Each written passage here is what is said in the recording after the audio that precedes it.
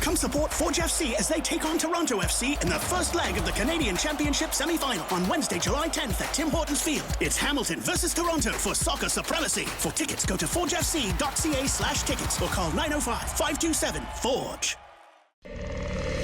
This is Max Access, where Mackenzie Barwell takes you closer to members of Forge FC off the pitch on the Forge Audio Network. Borges, we're finally here. Finally making my appearance. I've been asking for this for quite a while. I feel like every time you asked, I just had something else organized, and then the running joke probably went on for 4 weeks. Yeah. Oh, maybe longer. Yeah, it's been a while, but finally I'm here. So thank you so much for agreeing to do this. I appreciate it. I think the fans wanted to see this one. So right. I think okay, that's fair. You had your fit with Forge yesterday. Yep. How'd that go? Because I saw videos on the Instagram and it looked really fun. You looked invested.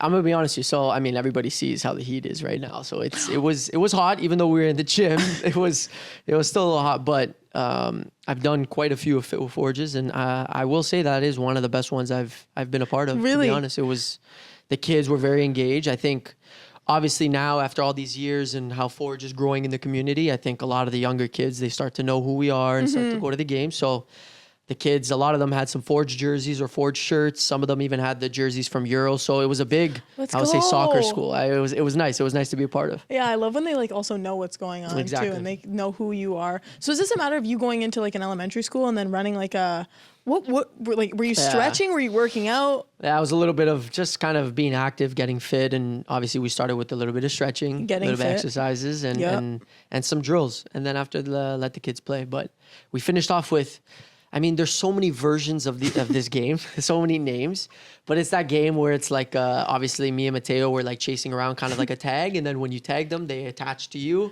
and you go. There's so many names to the game. I don't even know. But wait, was it kind of like an octopus style? Yes, basically like that. So good. But that's another version because it's don't you when you tag them, they sit and then yes, then there's seaweed. Yeah. That's another. There's so many versions, but yeah, I don't know. But it was fun. Yeah, that's the best. Oh, I loved playing that. Could you be like a phys ed teacher in another life? Do you think? I'm gonna be honest. No.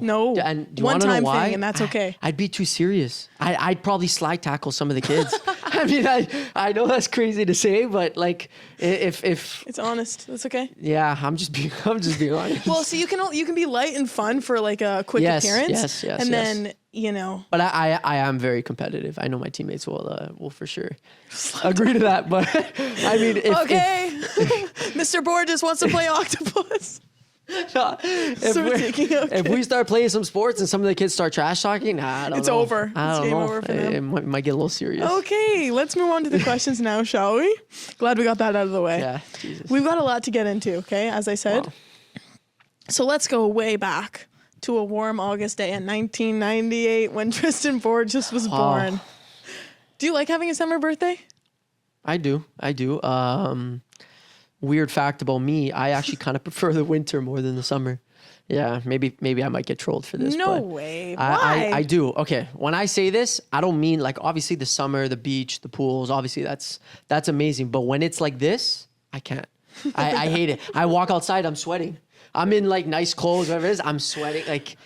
For me, it kind of bothers me. In days like this, I take 4 showers a day. When you walked in from practice, you were the epitome of hot and bothered. It is. Tristan Borges was the most hot and bothered I've ever seen. During water breaks, I'm drenching myself. The thing is, obviously, I know everybody's hot and they're a little uncomfortable. But for me, I don't like that feeling of just being uncomfortable, being sticky, sweating. And the air's Yeah. During training, obviously, it's okay. But when I'm going to shower, I'm going to leave today. By the time I walk from the building to my car, I'm going to be sweating again. Yeah. So for me, it's a little uncomfortable. 4 showers a day?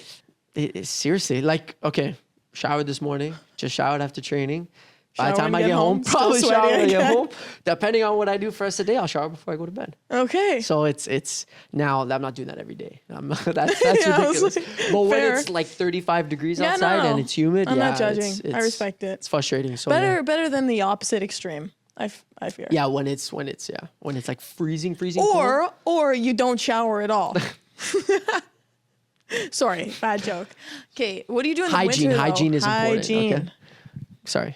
In the winter, what do you do? Well, I don't mind the cold. I don't. I've kind of pushed my body to the limits in terms of like just ice tubs and all of those things. So I've tried to adjust my body to it so I don't get too cold, or when cold hits me, I don't really get affected by it. But really, I mean, I have my memory is not really the best in terms of what year or whatever it is, but I do remember some CONCACAF games that we played here at the stadium when it was in the colder months. I'm pretty sure I might have been one of the only ones wearing a t-shirt. I will say maybe a couple of the guys are similar to me with that, but cold-blooded, yeah, invincible. I'm trying to get my body used to it. But let's go. If it's like minus a crazy amount, then yeah, of course it's a little extreme. But if it's like -5, -10, I get made fun of a lot from my friends and family. I don't wear winter jackets that much. Oh, you're that guy, Again, I might get trolled.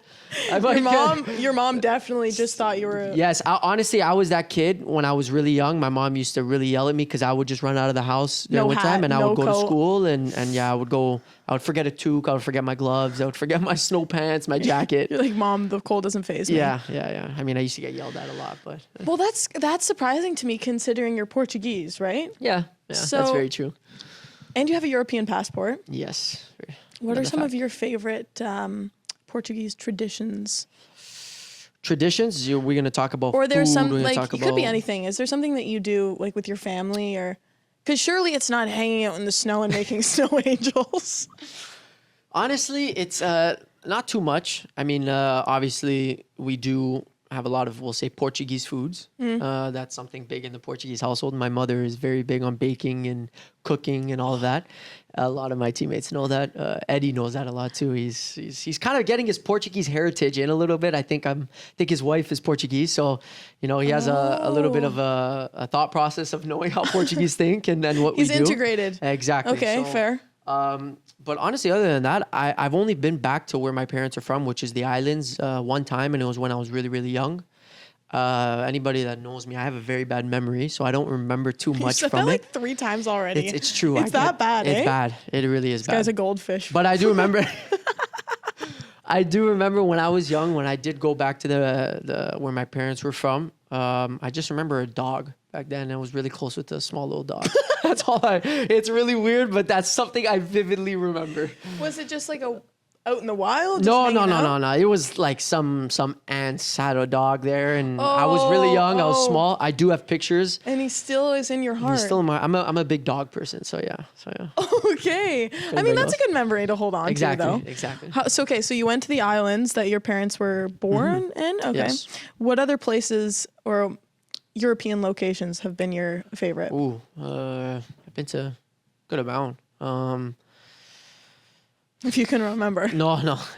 I can remember. But I will say my time that I lived in Holland, which was obviously a lot longer than Belgium, was really, really nice. I obviously got to see the culture there, the heritage there, the foods on what they eat there.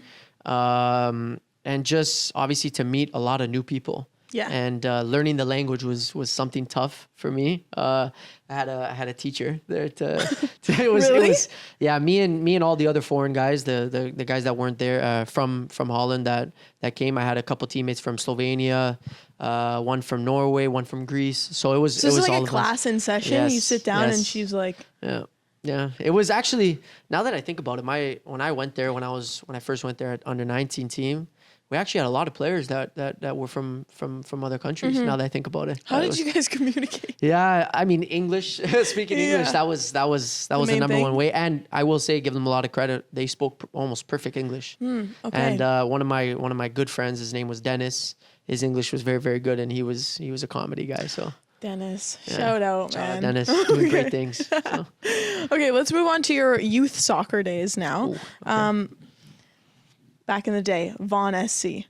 Eventually moving on to your time with the TFC Academy. What do you remember most about like the earliest parts of your soccer career? Yeah, when I do have some memories of playing house league. It's weird how my memory goes. I'll remember just kind of like weird things. Like I'll remember the shoes that I was wearing. Yeah. I'll remember obviously the colored jersey that I had. I remember when I was playing house league, I played with the red team. So I remember that one. I played with Vaughan. Team. Yeah. That's a classic. I mean, at that time, it was just the Timbits soccer. They had the Timbits on there. I think at one point I told my mom, like, I play for Tim Hortons. She was like, no, babe, you don't. It's just, you're just sponsored. You don't play for Tim's, honey. But yeah, I mean, going back to those ages. Fair. That's fair. When did you know? Like, when did you make the decision? Okay, I want to play pro. I want to take this somewhere. I would say after Vaughan, I played for Kleinberg for a few years, and then I would say the next team was West Toronto, and West Toronto was when I kind of, I'm not going to say took it more serious because that's kind of, I mean, soccer is what I've known since I was 4 years old, since I started playing, but I think that was when I started to get to the age where this could be something I can actually make a career out of. I was never a big school kid. I actually only went to school for recess and to play with my best friends, soccer at recess, and actually all sports. But when I was at West Toronto, I'm bad with ages. I think it was maybe when I was 11 years old, 12 years old, 13 years old. That was when, we played for provincials and regionals and all of those teams as well. And my team actually, West Toronto, we were very, very good. I have a couple players that did go to university, get scholarships, and actually I have a good friend of mine. He was one of my best friends growing up, Massimo. Unfortunately, he keeps scoring too many goals against us. Wait, what? But yeah, I don't know if many people know that he was one of my best friends. He was a good friend of mine in West Toronto. Yeah, his father was actually the coach. Yeah, not many people know that. Fun facts. Oh, this is really great to know after the Halifax game. Thank you so much. Yeah, it's a love-hate relationship because he keeps scoring against us. But yeah, he was one of my best friends in the youth career. So yeah. No, well, that's fair to make that decision at that point. Like you enjoy it enough that you want to do it, but it's also not that serious at the time. Yep. So I get it. Now, looking at those house league games, halftime snack. Oh. Did you ever bring them, or were you always just? No, my mother was a snack. Snack mother. Okay, she would always have snacks, and she would always bring the fruit for everybody. Watermelon, classic. Yes, watermelon was a classic. So good. But I always loved junk food. I was always that. So the popsicles rolling. Yes, popsicles, freezies. I was blue freezies. Blue freezies is the number one. Don't argue with that. Who? Yeah, I mean, you have a couple people that will say purple. Some will say white. If it's white or silver. We had that argument lots of times. No, you did not. Who is saying that it's a silver freezy? The freezy, I think everyone can agree that it was white. But you know that 1000%? Gatorade? There was a Gatorade color, and we had a full-on argument in our locker room about if it was gray, silver, white. Weren't they calling it like a frost or something? Yeah, that was. We have some good arguments in our locker room. I will say that. Good ones.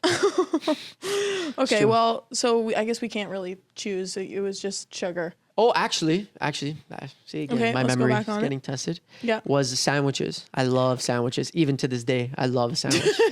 I love a sandwich. I could go a whole day of just like, obviously, I'm a big breakfast person just like now, and I love breakfast, but I can honestly not eat dinners and just have sandwiches. Love a sandwich. Love a sandwich. Some lettuce, maybe some turkey, some salami, some prosciutto. It's how I am.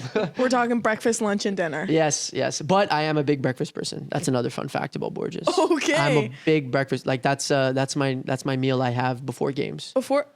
Yeah, at home. Obviously away trips, I eat whatever they give me. But at home, I'll push my breakfast a little bit later, and I'll have one big meal. So before training, even though it's super early, are you like whipping up a gourmet? So that's the thing is, I push myself to not eat anything before training. I'll just have like a coffee and stuff. And I've been pushing our, I will say Jelani or our staff to give us breakfast now at 11 because that's what I want. Well, because what you're eating that early in the day is a bit crazy. It's a little crazy. Because don't get me wrong, it's great, but it is food that feels like should be eaten around 2 p.m. Exactly. Like even Eddie said that. He was like, spaghetti at 11 is just a lot. Come on, that's... occasionally give us some eggs, give us some French toast, some pancakes, We had that for the school day game. We did. Yeah, it was really good. I remember that. I was kind of jealous. I was kind of jealous. Because you didn't get that, eh? No. The one time. Didn't get that. That's disappointing. So yeah. Okay, so we'll go in chronological order here. You talk about your time with West Toronto, but eventually you're playing League One, and then you go on to play in the Netherlands between like 2016, 2018 or something like that. First of all, what was it like, especially at that age, having that kind of experience? And do you think that process accelerated not only your playing career, but like the maturity you have and like just your personal growth? Yeah, I mean, you're starting to get me to talk a lot more. I don't know if many people know about, I would say, my youth days and where I've been, but I've always been more of a mature kid. But many people don't know that even before I went to Holland, I think I was 15, I went on trials in Portugal. And when it was time to commit to it, and I had some offers, I told my father I didn't want to go. I was a little scared to make that transition. You were 15. Yes. So that was. So that was prior to what I'm talking about. Yes, that was prior. Okay. But then the following year, and I'm almost positive that when I went on trials, that was also right before I went to TFC. I played for TFC for I would say about a year, and then I had the youth, the qualifiers for under 17 for Canada, and ended up having a good tournament. And then that's kind of how everything sparked me going to Holland and going for the under 19s and potentially getting my first contract. Yeah. Yeah. Okay. So I think the national experience too overlapped with that. Yes. It was all kind of around the same time. And like I said, I think going back to your other question that was when I started to realize I can take things serious, and I started to try to look for teams, find an agent and all of those things. But I will say that when I was with West Toronto, I didn't really see anything other than West Toronto. Right. And especially back then, times kind of have changed now. And when we were playing, we had, I don't even remember what it was called, but I think it was like something like national. So we went to a competition somewhere in Canada, and we kind of played other club teams that were in other, provinces. Mm-hmm. And it was a big tournament. I forgot, I'm having a kind of a brain fart. I forgot what the name of the competition was. But so for me, it was always West Toronto. But for me to kind of make that step to play with the under 17s. Like opens your eyes to everything. Yeah, I had to play with the professional team. So that's kind of when I made that step to play with Toronto FC. And everything it was kind of a domino effect after that. Went with the under 17s and played very well, and I guess had some interest from other teams. Ended up getting an agent, and that's how Holland started. Yeah. Well, getting an agent, I feel, is kind of the stamp. Yeah, exactly. You know what I mean? I think that was when it was like, okay, oh, this is real. Yeah, we can start looking for potentially professional teams. Yeah. Well, you talk about your maturity always being that way, and I do think that when you're in environments with players who are your age also playing at that level, you had no other choice to, act in the way that you were. Do you remember when you found out about the CPL and when you were, starting to be interested in making the transition here? Yeah, I think it was my last year when I was with Holland. I was with the second team. And when it was time to, I'll say, renew my contract, I'm not going to say I wasn't happy, but I just felt that I needed to take that next step. And at that time, they thought I still needed a couple more years to take that next step into the first team. And it was during that period, so I'll say, 2018, because obviously the league started in 2019. Yeah. So in 2018, I guess all of that talk was going around about the CPL and about the teams that were going to be in there. And my agent had a good connection with Bobby and potentially starting Forge, right? So at that time, it was a decision that I had to make, whether it was going to be staying in Holland and taking a couple more years to potentially take that first team step, or coming back and being a part of Forge. So I made that decision, and so far I think it's been good. So yeah, no kidding. That makes so much sense. That is so interesting hearing that perspective, because you're in a position where you feel you're ready to make the next step, and then you get told, okay, maybe a couple more years, train more, and then you come in with the dominance that you did in 2019, Golden Blue U21 Player of the Year. Yeah. Was there a part of you that kind of wanted to prove something? Where did that come from? I think I've always had my confidence, and then I think just going through all of those steps and leaving at 16 years old and being able to mature even faster, I think kind of just build my confidence to a level where maybe I didn't even also know that I had it. But I think coming back and playing with a group of guys that obviously, we had a lot of talent in the team. And it was the first year, and I think it caught everybody by surprise, and not even just myself. I just think of how the league was going and the quality of the league.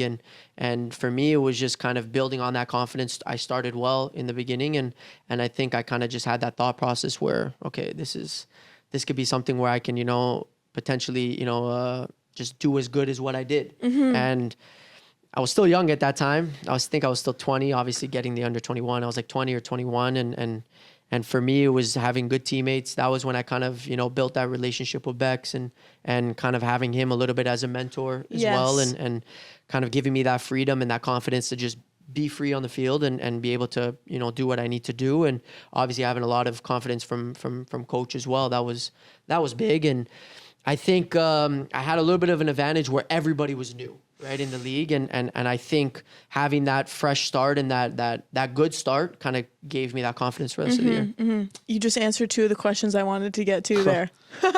Well, the first being, do you think it's fair to say that your debut season with the CPL was a result of the momentum that you were able to build off from overseas? And also who some of the biggest people in your life were at that point that helped you perform that way? Obviously, you mentioned Bex and Coach Bobby, but I'm going to give you a chance to answer in case there was anything you missed there. No, I mean, like I said before, I'm a big family person. I'm a big believer that, you know, everything happens for a reason, and I'm very appreciative of everything that I have and the upbringing that I had. And when I came home, it was a decision that obviously I made. I obviously asked for, you know, advice from my father, from my agent, everything like that. But ultimately, it was my decision, right? So I missed obviously a lot of years already at home. So when I came home, I think having a little bit more of that comfort of, you know, everything's going to be fine. I'm at home. I get to spend a little bit more time with my friends, my family. And I kind of use that to my advantage of getting my happiness back and being comfortable. And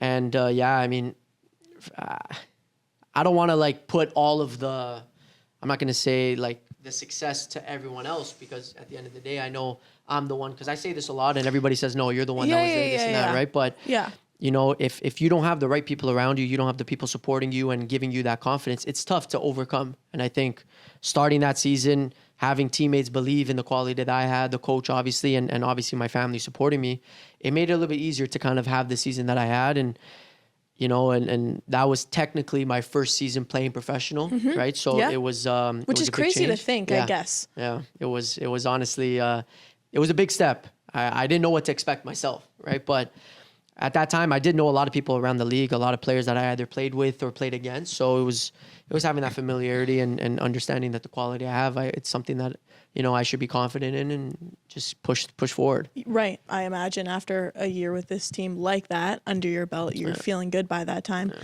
Then you go on to make the transition to Belgium. So where was that decision motivated from, and what were your expectations going into that? It was there was a lot of confidence within myself, and you know, honestly, I can say a lot of good things of my time there in Belgium. I think that year, I'll even say the year before I went to Belgium, I learned a lot about myself and learned that, you know, I'm a lot more mature mentally than I even thought I was. And when it was time to make a decision in the off season of where I would want to go, I just thought that Belgium was, you know, I had a lot of familiarities of just being in Holland and being in Europe and being in, I would say, like a similar kind of environment, right? And obviously leaving Holland, it kind of left a little bit of a bitter sweet taste in my mouth that I didn't get that step to go into that first team. And I think that Belgium was kind of that thought process that I had in it. And it went well in the beginning. I had a lot of confidence. I had a great relationship with the coach at that time. And then obviously COVID hit, and our team got promoted through, I would say, some things that happened. And obviously some teams had to get promoted. I think we were in first already at that time. So at that time, a lot of changes were made within the coaching staff, and things kind of went a little bit downhill after that. And it was a little tough for me, and it's tough for me to find my happiness again. So yeah. Yeah. Making that jump, and I completely understand what you're saying in terms of, you know, having another opportunity, potentially one that you wish or thought you should have had prior, but going through COVID there, yeah, it was tough. I genuinely have no words. But well, you mentioned it a second ago, like you were so young, like you've had all of these experiences at such a young age, and I think that's something that stood out to me when I found out how old you were, like, I don't know, a couple weeks ago. So when you came back from Belgium to play with Forge again, was there a part of you that needed a reminder that, hey, like, I'm still in my prime, I can make an impact here? Yeah, I mean, we're all human, right? I mean, it was, as I said, this is year, what are we in, 2014? This is going to be 8 years, like 9 years, because I have a tattoo. Oh, no way. Of like, yeah, when I signed in Holland. So I think this is maybe my 8th year, 9th year. I've lost track, to be honest. But it's been a lot of years of just kind of trying to mature mentally and understand that every year I can get better in different ways, right? And I've been learning a lot about myself, obviously physically, in terms of when it comes to injuries, how to maintain my body, but I think mentally. And I'm starting to understand and starting to adapt to the part where I think mental strength and mental happiness is actually the most important, because I'm like I told you before, I'm a believer that everything happens for a reason. And if you're not able to put your full effort mentally into something and you're not able to be mentally engaged completely, I don't think you're able to reach your full potential. And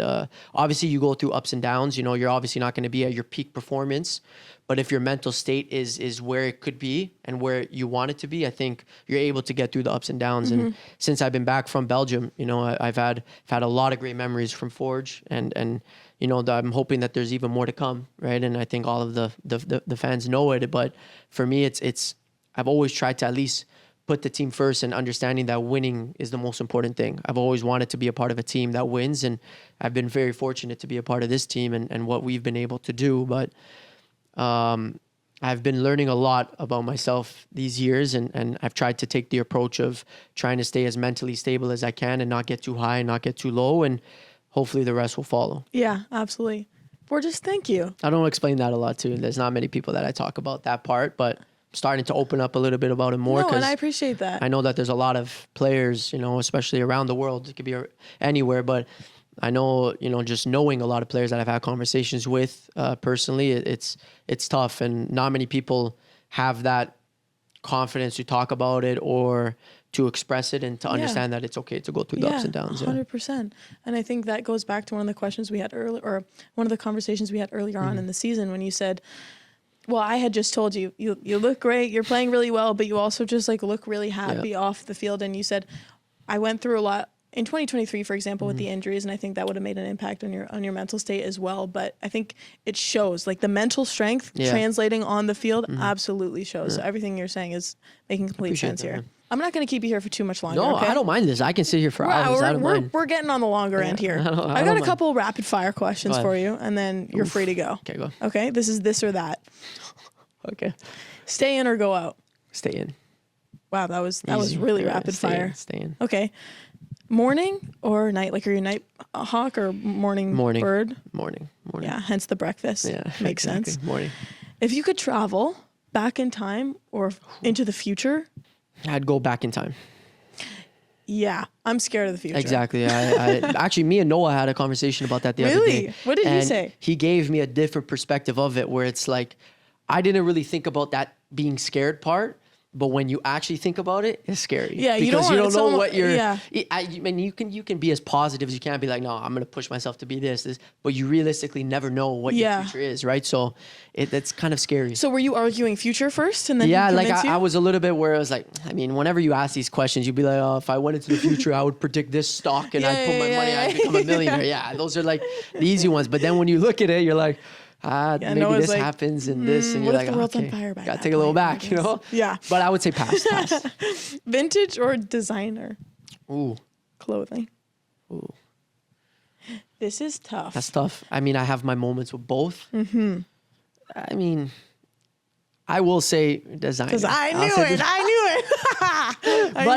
I do like my vintage things, but I will say I like dressing up. I like obviously having the designer and everything. Yeah. So, But, and I will say too that vintage is like coming back into a more almost like, I don't want to say designer-esque, but it's more formal. Yeah. You know? Yeah. Okay. I agree with them. Rap or R&B? Rap. But wrong answer. Rap. No, rap. Like I said, for me, these questions, I'm a big like feelings person. Like there's like certain times I'm like, okay, I like the rap, but there's honestly, okay. I play music in the locker room. I play music. Yes, I've heard. That's so why I have to have different feelings. Right. I have to know how the group is. You got to read the room. Exactly. You know, I've been kind of getting into a little bit the country. I shouldn't have said that. Let's go. I should have said that. Are you serious? I listened to it a little bit more. I walked in the locker room the other day, and I'm pretty sure Chris Stapleton was playing. Yes. So and that was probably really me or Noah, maybe Bex too. So okay, this is good to know. Apple Music or Spotify? Spotify. No Apple Music. Spotify. Okay, Spotify is better. It always has been, and it will be forever. I'm saying this now because I've had a lot of arguments with people, family, friends, teammates. I've ruined relationships. Yes, Spotify. Okay. Now, hypothetically, I'm asking for a friend. What if somebody's on the family plan for Apple Music? It's still not acceptable. Realistically, I can.